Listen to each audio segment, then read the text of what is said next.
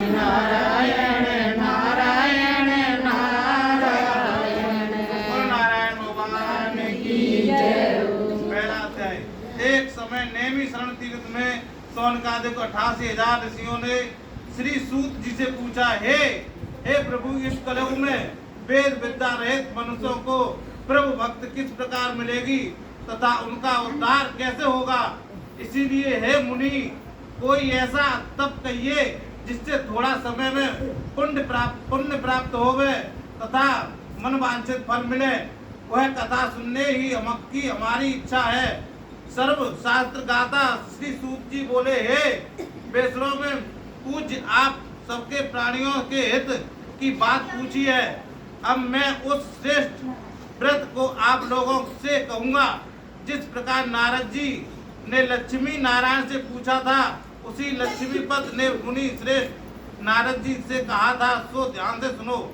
एक समय योगीराज नारद जी दूसरों के हित का इच्छा उनके लोकों में घूमते हुए मृत लोक में आ पहुँचे।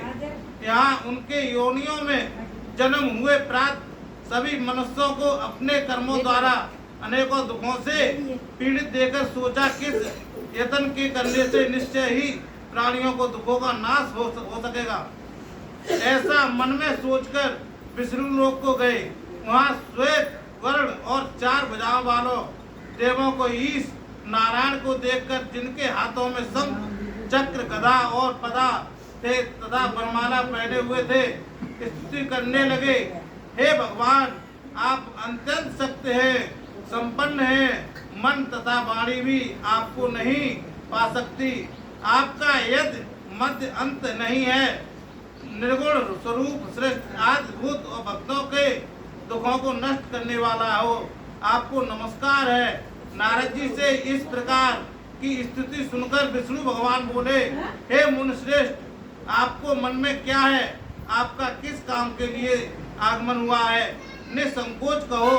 तब नारद जी मुनि बोले, मृत लोक में सब मनुष्य जो अनेके योनियों में पैदा हुए हैं, अपने अपने कर्मों के द्वारा उनके प्रकार के दुखों की दुखी हो रहे हैं। हे नाथ, मुझ पर दया रखते हो तो बतलाइए कि उन सब मनुष्यों के सब दुख थोड़े ही प्रसन्न हैं, कैसे दूर हो सकते हैं। श्री भगवान जी